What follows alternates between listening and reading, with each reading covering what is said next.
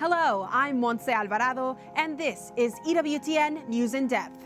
People of faith are asked to pray after a mass kidnapping of school children in Nigeria. A look at Christian persecution in Africa, a continent where Catholic Church membership is experiencing record growth. Kidnapped and forced into becoming a child soldier in South Sudan, this Catholic priest tells us how the church can bring hope back to his country. I remember asking God, if you can hear me, please don't let them find the door of the bathroom. Immaculee Ilibagiza shares her harrowing story of survival during the Rwandan genocide, what she wants the world to learn from her journey of faith. She went through amazing difficulties and came through it with incredible grace. So seeing the way that she handled her difficulties in her life can be an inspiration for all of us. African saints, leading role models in the faith for Catholics around the world. Some fascinating history ahead.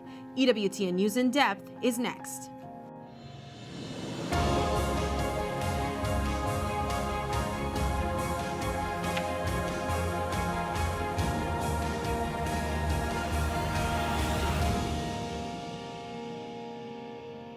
Welcome to EWTN News In Depth. The continent of Africa is comprised of 54 sovereign countries, each unique, diverse, and beautiful in their own way. Our program today is dedicated to the Church in Africa. We wanted to shed light on the growth, opportunities, and challenges for the Church on the continent, and the difficult circumstances communities face as troubling and sometimes heart-wrenching headlines continue to top the news there. Just days ago, armed kidnappers stormed a school in Kaduna State in the northern region of Nigeria and took at least 120 children. They're warning that children could starve unless parents supply them with food, and said they soon will request a ransom. Kidnappings for ransom have risen sharply in northern Nigeria, where hundreds of school children have been taken since December. Just last week in Nigeria, a priest was abducted by suspected members of Boko Haram, an Islamic extremist group. The diocese is now asking for prayers for Father Elijah Jumawada, who was taken while on the road in Borno State, which is the northeastern area of Nigeria. Father Juma's abduction is the latest in a series of kidnappings in Nigeria, where Catholic clergy and Christians of all faiths are often the victims. It's heartbreaking to hear that children and our shepherds of the faith are falling victim to such violence. EWTN News In Depth's Mark Irons tells us how some church leaders are responding. Persecution continues in Nigeria. Boko Haram has carried out abductions in the country that appear to target Christians, including priests. Clergy have also been killed. Nigeria's Catholic bishops have called on the government, stating in February, insecurity, clearly evident in widespread loss of lives and property, has left the impression that the country's leaders are either unable or, worse still, unwilling to take up the responsibilities of their office. Seminarian Brother George Agu Lehulawe, a Nigerian studying for the priesthood in the U.S., told me about the kidnappings and murders in his home country. It's really a sad situation. Brother George says Catholics in the U.S. should start paying attention to the persecution. One of the things I would do is having a disposition to be aware of what is happening over there. In Nigeria, he says people of faith should be moved to act, and the government could work to provide jobs for those who might otherwise turn to crime. Prayer will be helpful, but prayer backed up with action. The violence has extended beyond attacks on Catholic clergy. This week at a Baptist high school in the northwest part of the country, at least 120 children were taken from the school by armed kidnappers. In the same region last month, a Nigerian archbishop presided over the funeral of a murdered priest. The Archbishop of Kaduna said, "We are here to pray for the repentance and conversion of the perpetrators of these heinous crimes." According to Enter Society, a Nigerian human rights organization, since June 2015, Islamist insurgents have killed an estimated 12,000 Christians in Nigeria. Highlighting the vulnerable state of the faithful, Bishop Matthew Hassan Kuka has said, "Our only weapon is prayer." Mark Irons, EWTN News In Depth. The impacts of violence in any community could have lasting effects for decades. The country of Rwanda is still emerging from the fallout of the notorious 1994 Rwandan genocide. The cause is complex, as multiple factors contributed to a tense political environment that sparked mass slaughter. The genocide is seen as a product of colonialism, which led to radicalization of multiple tribes in the region, mainly Hutus and Tutsis. It also took place within a civil war between the government's armed forces and the rebel Rwandan Patriotic Front, led by Tutsi exiles, that broke out in 1990. But it was when the Rwandan president Juvenal Habyarimana's plane was shut down that the genocide was sparked. During a period of around 100 days, members of the Hutu ethnic majority were blamed for murdering as many as 800,000 people, mostly of the Tutsi minority. The genocide spread throughout the country at a shockingly rapid pace. Nearly 2 million people, mostly Hutus, fled to neighboring countries. While Rwanda has achieved a degree of political stability and safety in the decades since the genocide, significant human rights and democracy concerns remain. According to the U.S. State Department, there are unlawful killings, torture and disappearances by the government, restrictions of free expression in the press, and numerous reports of political prisoners. A story from the Rwandan genocide has since garnered international attention. Immaculee Ilibagiza survived, hidden for 3 months in a bathroom with 7 other women. Despite the loss of her family, she remarkably emerged stronger in her Catholic faith and love of God. Immaculee Ilibagiza joins us on the record with her incredible story of trust, forgiveness, and prayer. Your story of survival took place 27 years ago. I can't believe that. And it was your local pastor that hid you in a small bathroom while a genocide raged outside your doors. What did you do to endure those days? You know, I went through so many emotions, so many changes in my heart. I really never had a plan of what I was going to do, but I remember almost watching myself changing. The first week, because we spent 3 months in that bathroom. So the first week, I remember feeling so many emotions: anger, fear, impatience. How can I be here? How can this happen? I remember when I separated my father, he handed me the rosary. So that's what I took from home when he asked me to go to hide. So I had it in the bathroom, but the first week, I couldn't even pray. I would start Hail Mary, but I couldn't finish it because I was so anxious and just confused and angry. How can this be? And I remember the second week, things became a little bit harder. Not only we were in that bathroom 3 by 4 feet, but we couldn't speak to one another. And then to make it worse, they started searching home by home, given permission by the government so that they can see if anyone of my tribe was hiding. So when things got worse, I remember they came to the door of the bathroom to search the whole house. They came up to 5 inches away from us. And that is when I really called upon God with every strength of my faith. And I remember asking God, if you can hear me, please don't let them find the door of the bathroom. And that day, they turned around without opening that door, wow, exactly touching the handle. So all I did from that time was praying. I knew that I need to hold on to God. And the worse the situation, the more prayers I need. So I said the rosary from morning until night. I remember one time I said, how many rosaries are taking me from morning until sleep? I said 27 rosaries and 40 Divine Mercy chaplets every single day. And to tell you the truth, that word kept me going. Nothing else. I could not tolerate my own poisonous thoughts. My negative thoughts were too poisonous.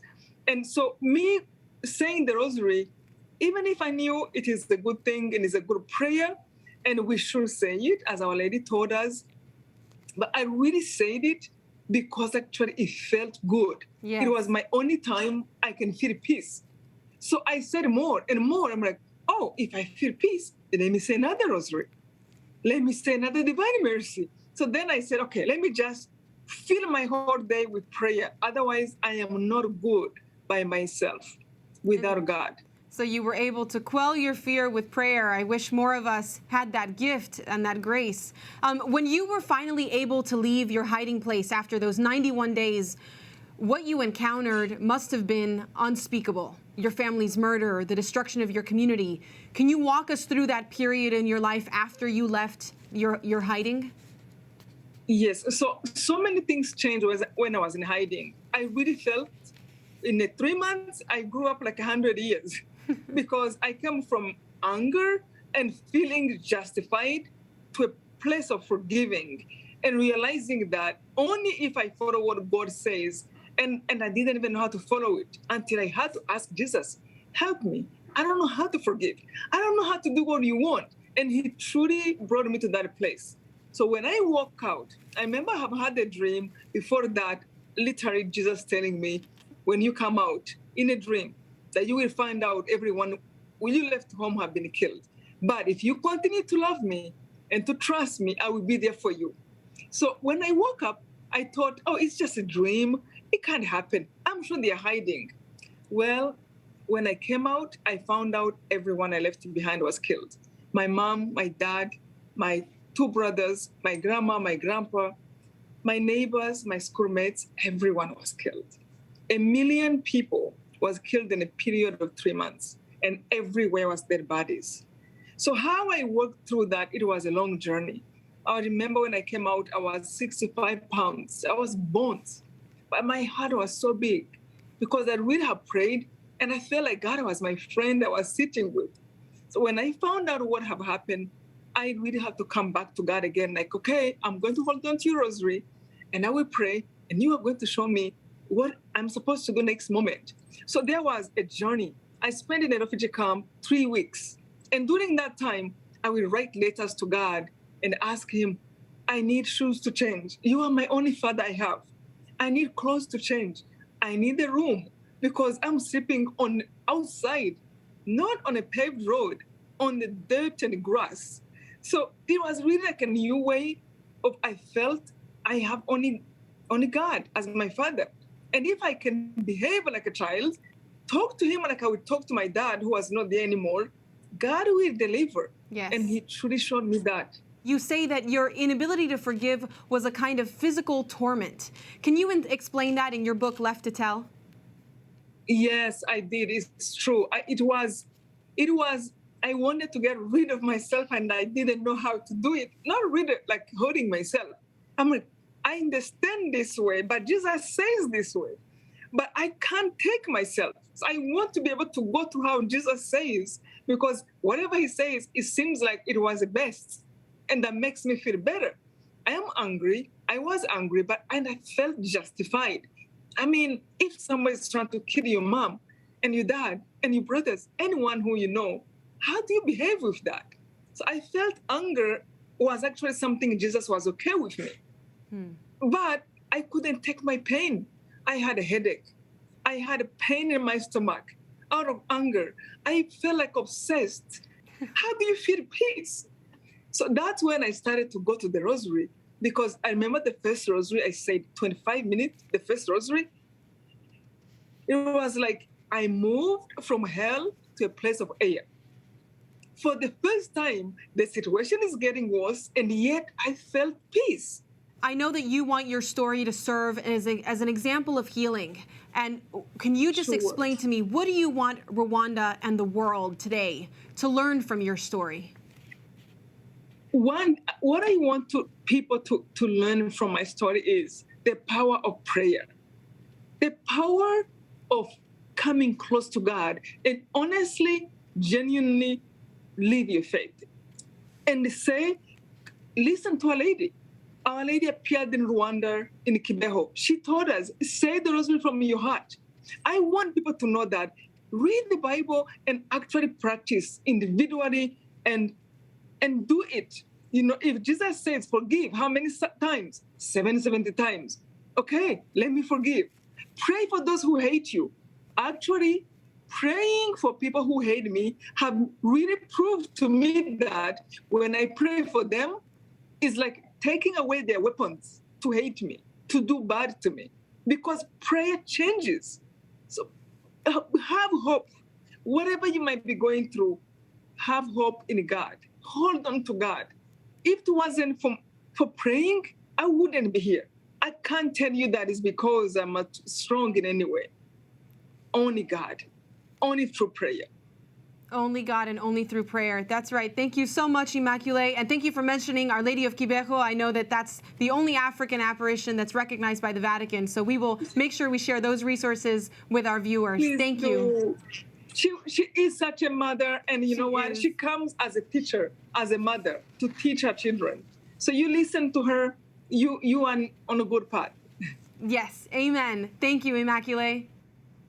Immaculee's incredible story can be found in her book, Left to Tell, which we mentioned during our interview, and on her website, immaculee.com. She lists prayers and retreats on her site to help your journey to relying on prayer, the rosary, and faith in God in difficult times.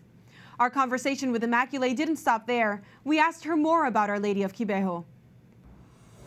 She was asking, say the rosary, come back to God, be sincere. Immaculee tells the beautiful story of Our Lady's message at Kibeho to the children there over a period of 9 years. We will be posting that exclusively on our EWTN News In Depth social media channels. And soon to come this fall, EWTN is producing an original docudrama on the apparitions of the Blessed Virgin Mary to the visionaries in Kibeho, Rwanda. It features comments from Immaculee and many others. It will premiere November 28th. Up next on EWTN News In Depth, I speak with the editors of EWTN's Africa branch, ACI-Africa, and the Director of Outreach for Aid to the Church in Need about the current threats to Catholics on the continent and the countries where the Catholic faith is growing. Yes, I was frightened, and I tried so many times to escape, but something could tell me, no, don't escape, you will be shot now.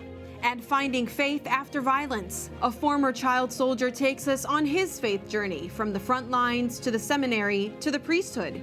His determination to follow God made even stronger. EWTN News In Depth will be right back.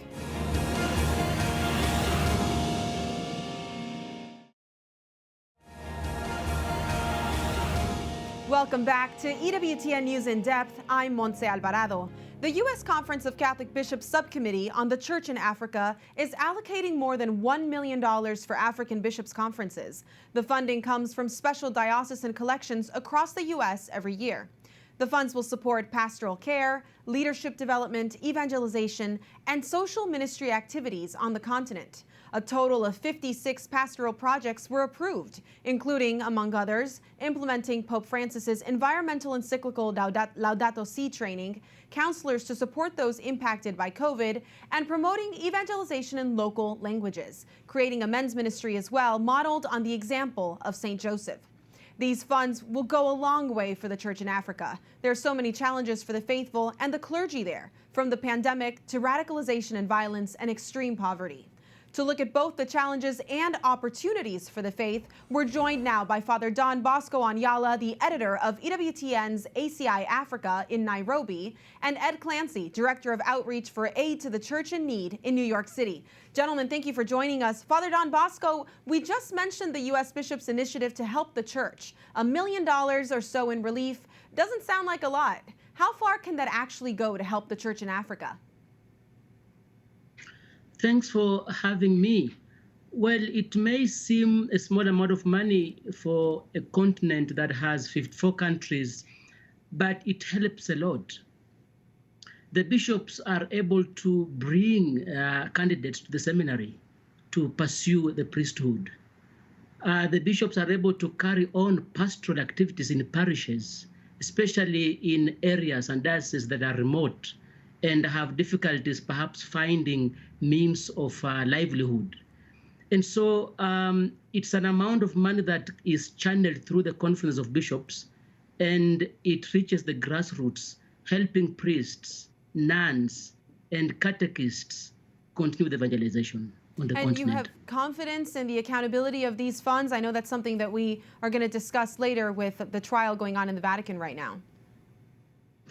Usually there is, because the bishops have a structure that has delegated either priests, nuns, or even lay people to oversee church projects. And so they are not directly involved. In fact, through the delegation, they oversee these funds.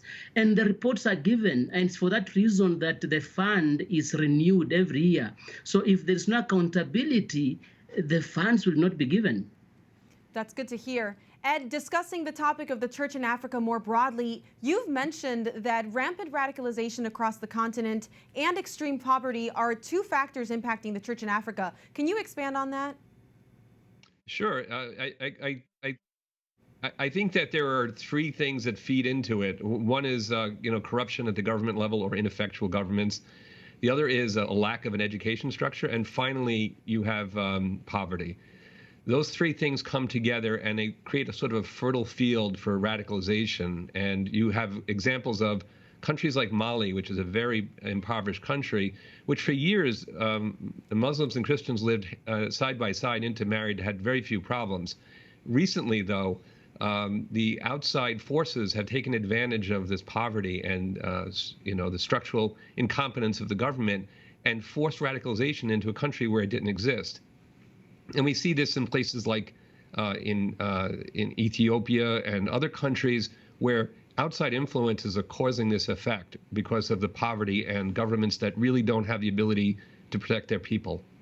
And so they're leveraging poverty and lack of infrastructure against the laity. Father Don Bosco, what do people mean when they say the future of the church is in the African continent when Africa still trails behind the Americas and Europe in the total number of Catholics there? I think the numbers keep increasing every year, and the demographics could be on the trajectory of changing. That in Africa, religion defines the very person who an African is, right from the family, where one is within a unit that promotes the practice of faith. And then the bishops have adopted what they call small Christian communities, so that families come together and will be sharing their challenges. So you can hardly define an African without the aspect of religion. And so from that perspective, it would be seen that over the years, as we go forward, the numbers in Africa will keep growing. And what about seminarians and vocations? Is Africa supplying the world with priests? That is the case now. In fact, there are religious congregations in Africa that have their members now in Europe and in America, running parishes and even overseeing the running of the congregations, and things that have not been the case in the last, say, 10, 20, 30 years. And it can clearly be seen that Africans are becoming the dominant numbers, especially in missionary congregations. Ed, let's go into the broader religious context of the country, and the continents, apologies. What is motivating this fervor in Africa? The religious fervor in Africa, I think, as Father mentioned, it's a part of their very cultural beings. And so, we see the same thing. We see seminaries, and our support of seminaries, is very high in Africa. We have thousands of young men and women who are receiving aid to support it, and you see the family structures supporting the vocations. It's something that even though the West has more in numbers, you see a greater energy and a greater involvement in the church in Africa. And I think that's obvious to any people here in the United States who have African congregations or groups within their parishes, and they will see the vibrancy and the liveliness of the faith within them. And so it is very cultural, and it also is part of their very existence. And I know that there are a lot of religious universities all over Africa. Does this help to maintain this fervor as students and young people grow up? I know that this is something that we're worried about here in the U.S. Well, education is supremely important. Wherever we see the church and has a presence, we see that there's an institutional education that supports the general population. It also obviously supports the church. I mean, all of the seminaries in Africa are full. They're growing, and this comes from the education system that begins, pre-K, so the very beginning. And so these higher education facilities also help to provide stability in the general structure, because those are the places where interfaith dialogue exists at the highest level, and also relationships build that can take the next step in industry, in commercial, and in government. Father Don Bosco, in the College of Cardinals, 29 are from Africa, which seems close to representative, as 16% of all Catholics live in Africa. How do you answer claims of a lack of diversity and reflection of the composition of the global church in the College of Cardinals?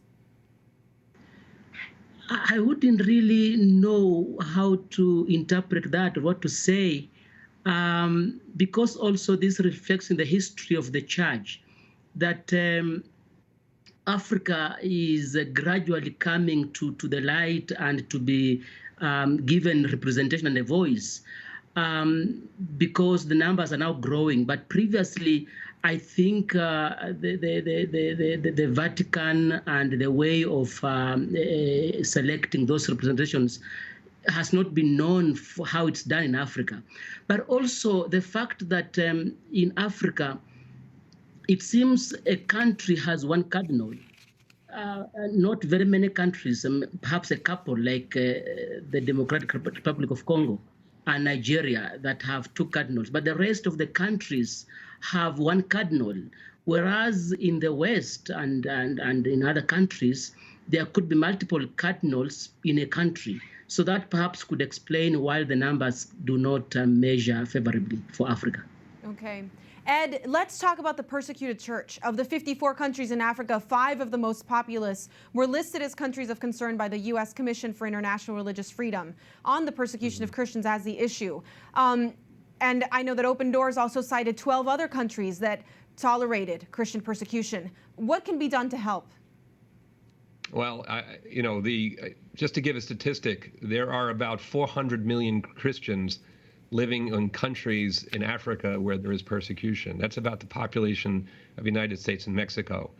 And somewhere in the neighborhood of 18 million of them are in, sort of high levels of persecution. That would be like the state of New York, as if you could just think of that. So what can be done is we have to raise awareness. We also have to do more to support these countries, infrastructure, as far as the government level, accountability. Governments like Nigeria, which right now the radicalization is going crazy, and the government is essentially either not doing enough or doing nothing. And this could be said of a few countries. So it's up to us in the West to put positive diplomatic pressure on them, as well as for us in the church to support structures that will support the church and keep the Christianity alive in the countries. Well, we'll join them in prayer and advocacy, and I'm sure that we'll also do our best to remember that the future of the church will demographically probably come from the African countries. Thank you both for joining us today. You're very welcome. Thank you. And don't forget to follow EWTN News in Depth on our Facebook, Twitter, and Instagram channels. Engage with other followers, give us a like, or suggest topics you want to see us cover in the comments section. It remains for that, on the face of history, one of the greatest saints of his time and of the whole 20th century. A look at some courageous and inspiring African saints, leaders in the Catholic world from whom we can all draw strength. EWTN News in Depth will be back in a moment.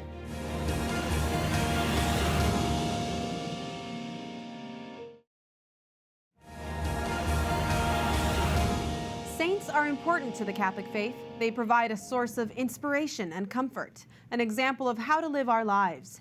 As our coverage of the Church in Africa continues now, we look at the lives of some prominent saints on the continent. Dr. Matthew Bunson, EWTN News Executive Editor and DC Bureau Chief, joins us now to share more. That's right, Montse. Africa has a truly rich history of saints dating back to the earliest days of the Church. 3 of the 36 doctors of the Church were from Africa, including St. Augustine of Hippo. In looking at the great treasury of saints and blesseds from the continent today, however, 3 are especially remembered: the Ugandan martyrs, St. Josephine Bakita, and the soon-to-be canonized Blessed Charles de Foucauld. The Ugandan martyrs were a group of 45 young Catholics and Anglicans, including the best known of them, Charles Lwanga, who gave their lives from 1885 to 1887 for the preservation of their faith in God and their purity. King Mwanga II, the leader of Buganda in what is now Uganda, was threatened by the Christian faith because it undermined his central power and authority. He was also angered by the unwillingness of young Christian boys to give in to his sexual advances. In response, the king sought to root out believers by forcing them to pledge allegiance to him and his sexual demands, or be executed. In a heroic display of faith, they chose death over betraying their commitments to God and to chastity. by not giving in to that request, to standing up for purity, as it were, and staying true to their Catholic faith in that way, it showed an incredible amount of heroism, because in that situation they would have not been culpable, being put under that pressure, but they saw the need to set an example, to hold firm in their faith. In all, 45 Christians were cruelly martyred, 22 Catholics and 23 Anglicans. The martyrdom would prove to be a pivotal moment in the future of Catholicism in Africa. The martyrs were canonized in 1964, and Pope Francis visited their shrine during his visit to Uganda in 2015, telling the Ugandans that the blood of the martyrs runs in the veins of the Catholics of Uganda. Another influential African saint is Saint Josephine Bakita, a former slave and sister known for her contagious smile and her willingness to forgive those who had brought such suffering into her life. A native of Sudan, she was abducted by Arab slave traders at the age of 7 and had so terrible a life that she'd forgotten even her own name. Instead, she embraced the name given to her by the slavers, Bakita, Arab for lucky. Freed from slavery with the help of the church, she entered the Canossian Sisters and spent the rest of her life as a beloved cook, sacristan, and doorkeeper in the community. Despite all these things that we would say might be impossible to overcome, she was able to do it with dignity and overcome that hatred and that poverty. And she was able to do it with a joyful spirit, and that was contagious. And her kindness and humility were legendary. She died in 1947 and was canonized by Pope St. John Paul II in 2000.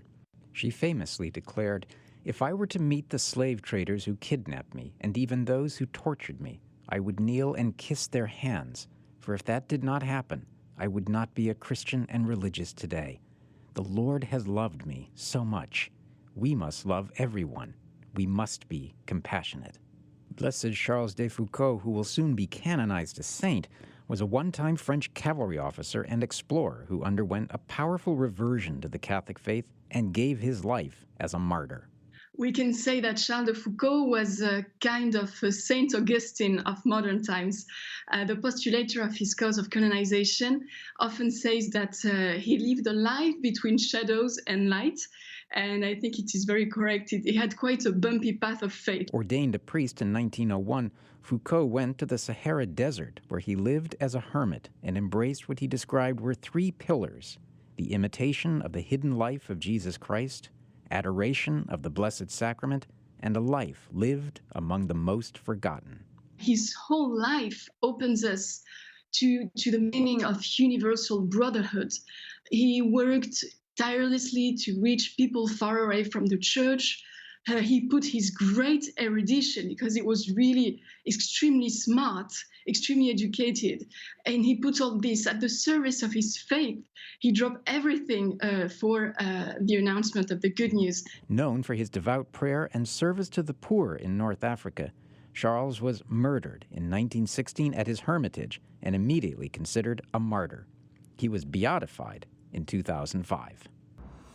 Matthew, thank you so much for that package. I know that we want to discuss these stories, these lives of these saints. Tell us a little bit more about why they're so important. Well, they're so important because we sometimes lose sight of the fact that, as I was mentioning before, the history of the church in Africa is so deep, so ancient. There are hundreds of saints in Africa.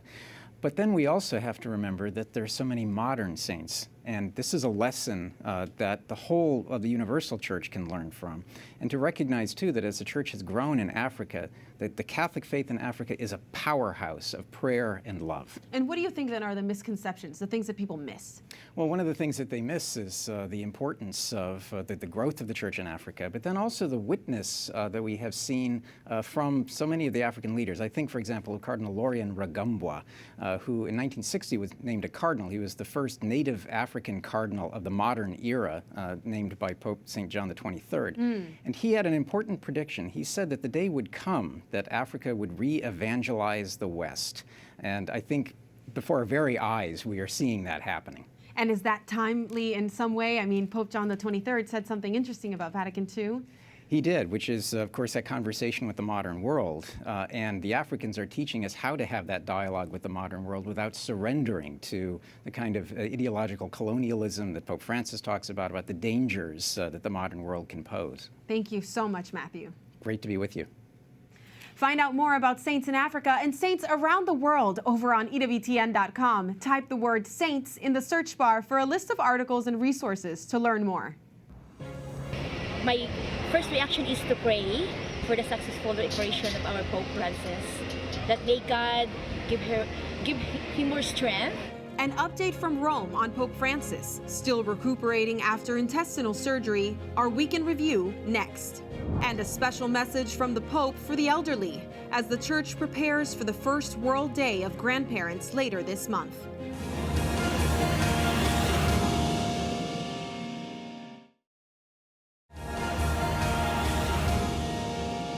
Encouraging news about Pope Francis's health tops This Week in Review.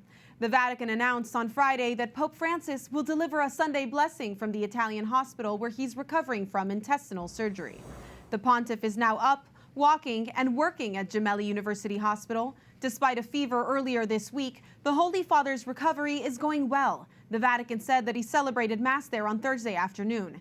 Nearly a week ago, Pope Francis had half of his colon removed during a 3-hour surgery because it had become severely constricted. It was the 84-year-old's first major operation since becoming Pope. The Vatican spokesman says Francis is expected to spend about a week recovering in a special hospital suite reserved for popes. That is where he will deliver the Sunday Angelus. A close aide to Pope Francis, Cardinal Angelo Becciu, will soon be standing trial for embezzlement charges linked to a massive financial scandal. Becciu is the highest-ranked cleric in the Vatican to be indicted on charges related to a multi-million-dollar property purchase with church funds in London. Becciu was an official of the Vatican Secretariat of State, a role that manages church donations at the time of the purchase. The investment ended up inflicting an estimated $200 million loss on the Vatican. Becciu resigned last September in response to the scandal that brought worldwide attention to Vatican finances. His trial is at the end of this month. To weigh in on these top stories from the Vatican, we're joined now by Hannah Brockhouse, Senior Rome Correspondent for the Catholic News Agency. Hannah, thank you for joining us. As Pope Francis recovers, what duties can he perform? I heard he was celebrating Mass as well. Is he still allowed to carry out certain things? Yeah, we heard today from the Vatican that Pope Francis is starting to get back to work a little bit. So probably whatever he can do from his hospital bed. Of course, he can review speeches, texts, approve other documents. I'm sure he can make phone calls as well. Those sorts of easy tasks. He's not doing his usual audiences or private meetings, but other tasks can carry on. And I know a lot of people are worried for the Holy Father. They care about him. They want to see him recover. And there was rumor that he had a little bit of a fever. Is he on the road to recovery and getting back on his feet? Yeah, today he doesn't have a fever, and the Vatican has said that he is improving normally. His recovery is going as well as can be expected. I think the fact that he had the strength to say Mass and the fact that he's reading and getting up and eating on his own, these are all good signs that he's making a good recovery.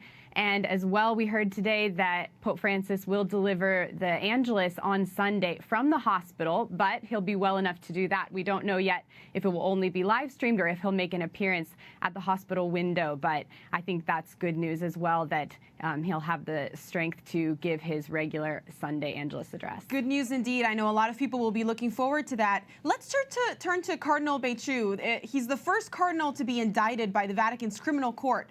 Tell me about the Vatican court and what's going on there. Right. So the Vatican has several different courts. Some of them are courts in the Roman Curia, and then there's a court for Vatican City State. So a trial will be coming up on July 27th in the Vatican City tribunal, and one of the defendants will be Cardinal Angelo Becciu. And this is kind of unique because ordinarily, until a recent change by Pope Francis several months ago, cardinals and archbishops were not tried in this court. Ordinarily, only the Pope had the power to sentence churchmen of this level. But now, with Pope Francis's change, Cardinal Becciu will be among other defendants in the trial. And Cardinal Becciu will have consequences if he's found guilty, right? What would that mean? What would it look like? Well, obviously, we'll have to wait to see how the trial proceeds to see exactly what penalties are brought down by the court, but they could be quite severe. He's facing charges of embezzlement, abuse of office, and obviously, because he had a lot of responsibility in the Secretariat of State, I can imagine if he's found guilty of those, that they'll want to bring down a sufficient penalty on him. That could be as much as even jail time. It could be as well probably kind of some sort of monetary restitution. We'll have to see because this trial is somewhat unprecedented. It's new for all of us. And has this indictment changed the way finances are looked at, a system of checks and balances that we can rely on? I think for sure the scandal leading up to this trial and the investigation that Vatican prosecutors have done to look into the various scandals that have been coming out of the Secretariat of State for sure has led Pope Francis to make quite a few changes over the last couple of years about how the money is run, about who has access to various funds within the Vatican and especially the Secretariat of State. Obviously, some of this scandal has to do with the use of funds that came from Peter's Pence, which is a charity that Catholics donate to that is supposed to be used for the Pope's charitable works and for running the Roman Curia. And the Vatican prosecutors have said that some of these funds were used for very speculative investments, something they're not intended for. So Pope Francis has made some changes to help there be greater accountability, transparency, and hopefully prevent these kinds of scandals and issues from happening in the future. Thank you so much, Hannah. I hope that you'll join us again to keep us up to date on this story. Really appreciate it. Thank you. Shock in the nation of Haiti after that country's president was assassinated Wednesday when armed gunmen stormed into his home. President Jovenel Moïse was shot, his wife gravely wounded, in what the Haitian government called a highly coordinated attack. A vehicle carrying his remains left the presidential residence later that day. Since the attack, police have killed 7 suspects and 6 others have been arrested. These 2 men were taken into custody after a gunfight. The assassination has caused yet more chaos in Haiti, which is already grappling with some of the Western Hemisphere's worst poverty, violence, and political instability. President Joe Biden says the U.S. military mission in Afghanistan will officially end on August 31st, after nearly 20 years at war. The announcement comes after the start of drawdown just last week when U.S. forces suddenly left Bagram Air Base. The withdrawal was done without the notification of the commander from the Kabul government. The Biden administration says the quick withdrawal was done for the safety of our service members. It was so swift that electricity was cut within 20 minutes, plunging the base into darkness and leaving it open to looting, scrap metal, food, and more that were taken among other items. President Biden says the U.S. entered Afghanistan to prevent another terrorist attack on the scale of the tragedies of September 11th, and that the military accomplished that mission. 2,448 Americans killed, 20,722 more wounded, and untold thousands coming home with unseen trauma to their mental health. I will not send another generation of Americans to war in Afghanistan with no reasonable expectation of achieving a different outcome. The Taliban have made rapid advances in significant areas of the country, a concerned military officials voiced last week.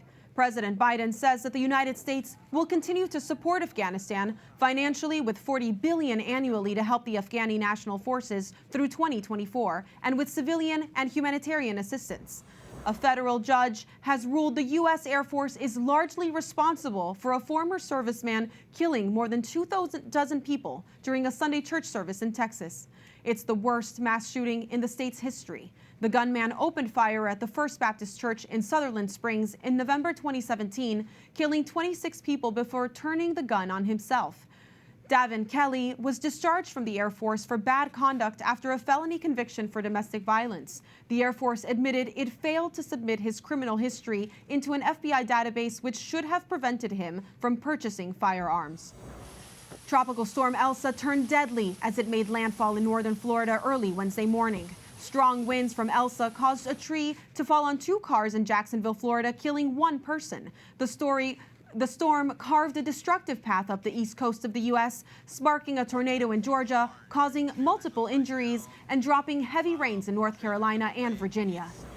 The threat of high winds and rain from Elsa was one of the reasons authorities chose to demolish the rest of Champlain Towers condo in Surfside, Florida, before it could fall on rescuers. They continued their work in the rubble this week. By midweek, the mayor of Miami-Dade County made the official announcement that crews had switched from a search and rescue mission to find survivors to search and recovery of remains. More than 75 bodies have been recovered. The work continues with all speed and urgency. All task forces are being deployed from across the country and the world. We are working around the clock to recover victims and to bring closure to the families as fast as we possibly can. Before that announcement, the community, including priests and nuns from the neighborhood, gathered at a makeshift memorial to pray for victims of the condo collapse. As the decision to transition to a recovery operation became known, rescue workers and other officials stopped for a moment of silence at the site.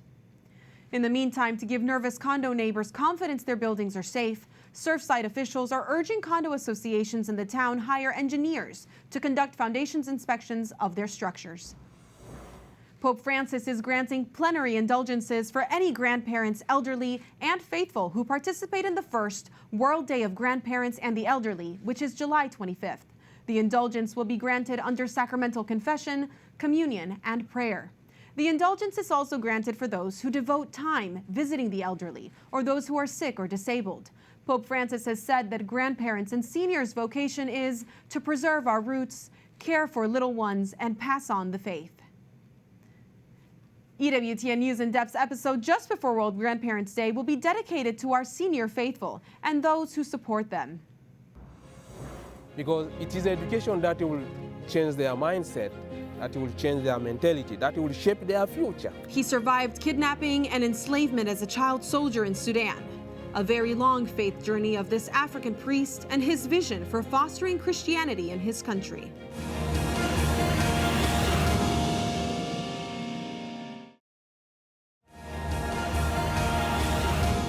Throughout this program devoted to telling the story of the Catholic faith in Africa, we've seen examples of incredible resilience and strength in the face of religious persecution.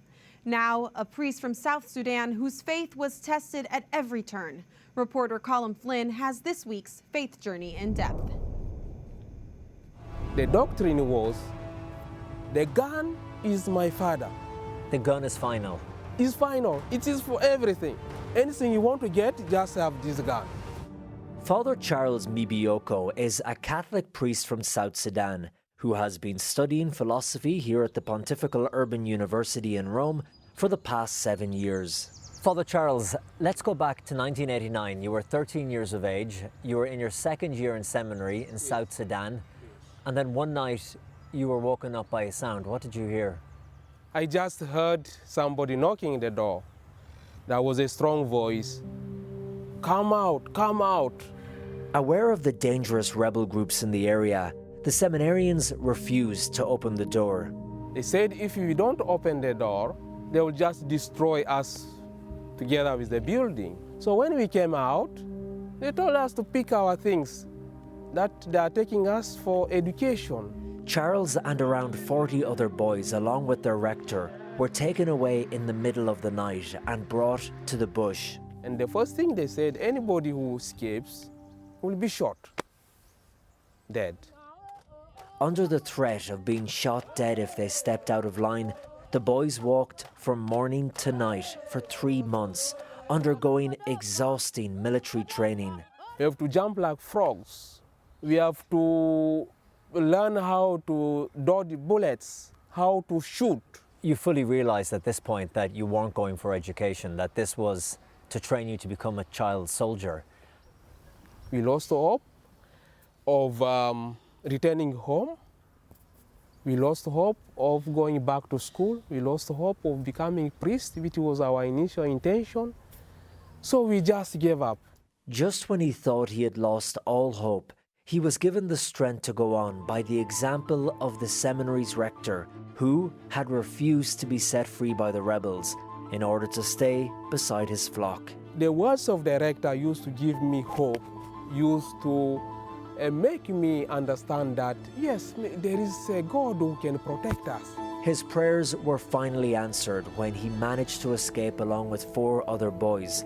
However, navigating their way across 2 rivers filled with deadly animals was no easy task. When we escaped, we went to the town called Yei. We arrived in the evening. We just asked where the church was. 1 month later, he resumed his training at the minor seminary of Yei. We continued for 1 month, but then we started hearing about the rebels coming to capture Yei. We said no. If they find us again, they will take us again. Yes, they will either kill us or they take us back to the front line to fight. The bishop talked with the Red Cross, and then the Red Cross picked us back home. The Bishop of Yambio moved the seminary from Remenzi to nearby Nzara so that the rebels couldn't find them. But unfortunately, they attacked the seminarians again. So this time, they left the country and went to the Central African Republic. He spent 3 years there before being sent to Uganda to continue his education. I stayed for so many years without seeing my parents. Around 8 or 9 years. Because you were in all the neighboring countries? Yes, because I was in exile. We were afraid that when we go back home, they can conscript us. Having entered the seminary in 1988, he was finally ordained a priest in 2007, once the civil war in Sudan ended. So you were sure that you really did have a vocation to become a priest, because it wasn't easy for you? Exactly. When I became a priest, I said, this is a true vocation. Because with all this suffering, maybe I would have gone away from the seminary thinking that this is not my call. Why should I have all this kind of suffering in my life? And challenges. Challenges and so on, yes. I realized that no, that's my vocation. And just as you say that, the bells of St. Peter's Basilica at the Vatican beside us are ringing out, so that's a sign. Exactly. After spending 7 years in Rome, he has finished his studies, and the time has come for him to return home. And now you will head back to South Sudan. What are you looking forward to most about the future back in your home country? Well, you know, my country is troubled and everybody is traumatized. So, as a priest, when I go back, my mission is to give hope to those who have lost hope. Father Charles says that his faith helped him to overcome the many challenges he has had to face, and he hopes to use his experience to help with the rehabilitation of child soldiers, which continues to be a huge problem today. I will encourage them to embrace their faith and to also pursue the vocation each one wants to choose. Their passion in life. Exactly. Whether to become a priest or to become anything. A teacher, a doctor, a lawyer, yes. A mother, a father, anything. Exactly. Or a president or a politician. Yeah, a good president and a good politician. Exactly. For South Sudan. For South Sudan. Well, Father Charles, it's been incredible sitting here and hearing your story, and thank you so much for sharing it with us, and we wish you all the best in your journey back home to South Sudan and to all the people of your country too.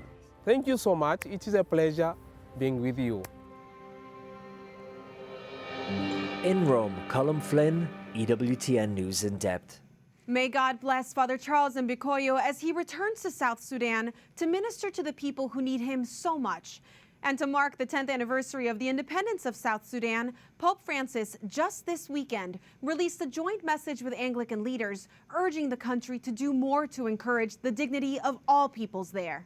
And that's all for us this week here at EWTN News In Depth. I'm Montse Alvarado. We hope you enjoyed our coverage of the Church in Africa.